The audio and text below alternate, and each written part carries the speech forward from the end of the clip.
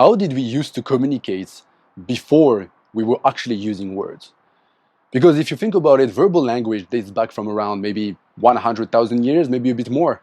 But before, we were still very highly social, complex animals, and we needed to communicate very effectively. So, what did we use to communicate, and what were we communicating about? Well, it wasn't about abstract thoughts or philosophical ideas, but rather it was about emotions and feelings.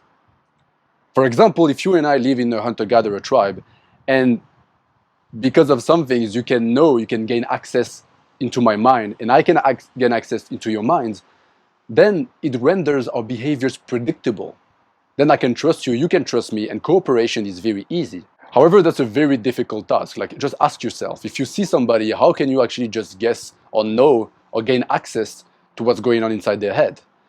Well, although it's very complex as a task, evolution solved it for us.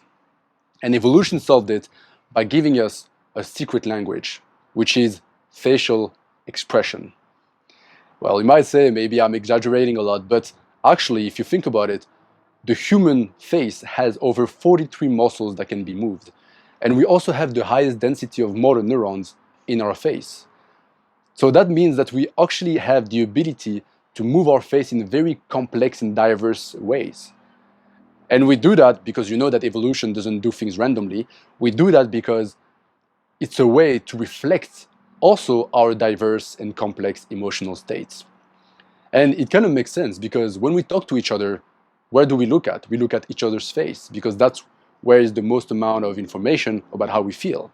And that is not something that is cultural, that is learned. It's actually innate. If you look at babies, they cannot talk, but they love facial expression. That's why we get all giddy and all clownish when we interact with them. It's because it's a gateway into people's internal feelings, and therefore it's information about what is going on in the world. That's why babies are so much in tune with their mother's facial expression. You know, you have a video where there's a baby and her mother tries to stay neutral in terms of facial expression, and you can see that quickly the baby gets upset and starts crying. The baby very quickly picks up on this, and then she uses all of her abilities to try and get the mother back.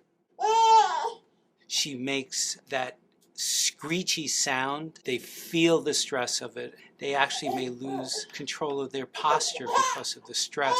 Okay. And what are you doing? Oh, yes.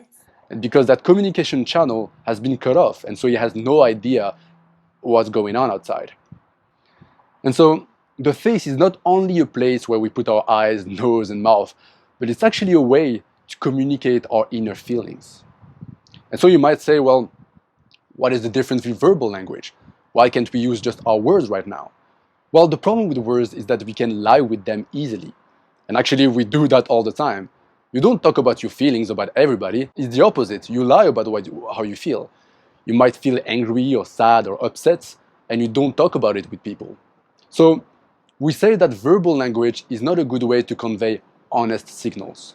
Honest signals is just a concept in evolutionary biology, which is, let's say for example that you walk through a jungle and you see a frog, and the frog has very vivid colors.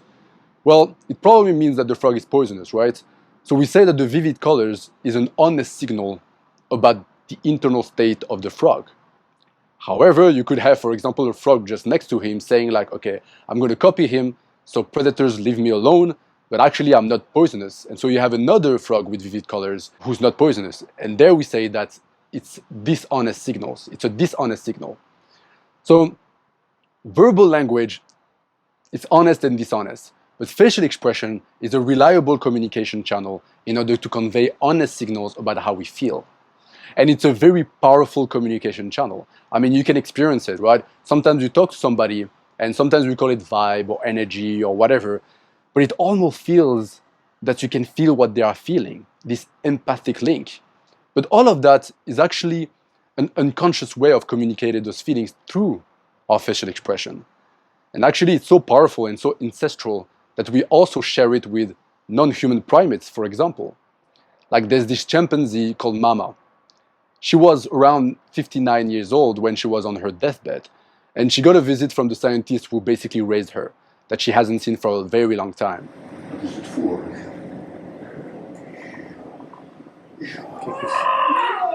Ja, Frans.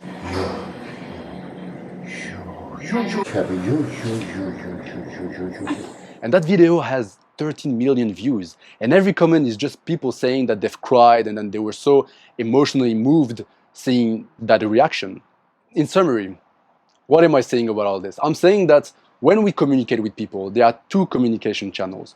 There's a superficial one, that is the verbal language, right? It's mostly conscious, and it's very good to communicate abstract thoughts and complicated things. However, we have the immersed part of the iceberg, which is the unconscious communication channel, the facial expressions. And this is used mostly to communicate emotion, feelings in a very reliable way. And I guess what I'm trying to say is that if you only focus, like we tend to do, on that superficial layer, then you can easily be confused by people's behavior, because you're missing out on a huge chunk on reliable, on true information about how they feel and how they think.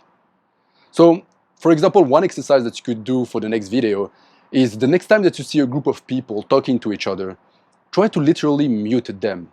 Try to shift your attention away from the actual word that they are saying and more towards what their facial expression might mean. And really play a game with yourself. Try to guess what those could mean about how they feel, what they think about, what type of person they are, what they think about like all the other people on the group. And you will realize that with time, slowly but surely, that you'll get way more information about those people and way more reliable information about these people. And therefore, you'll get a better sense of human nature.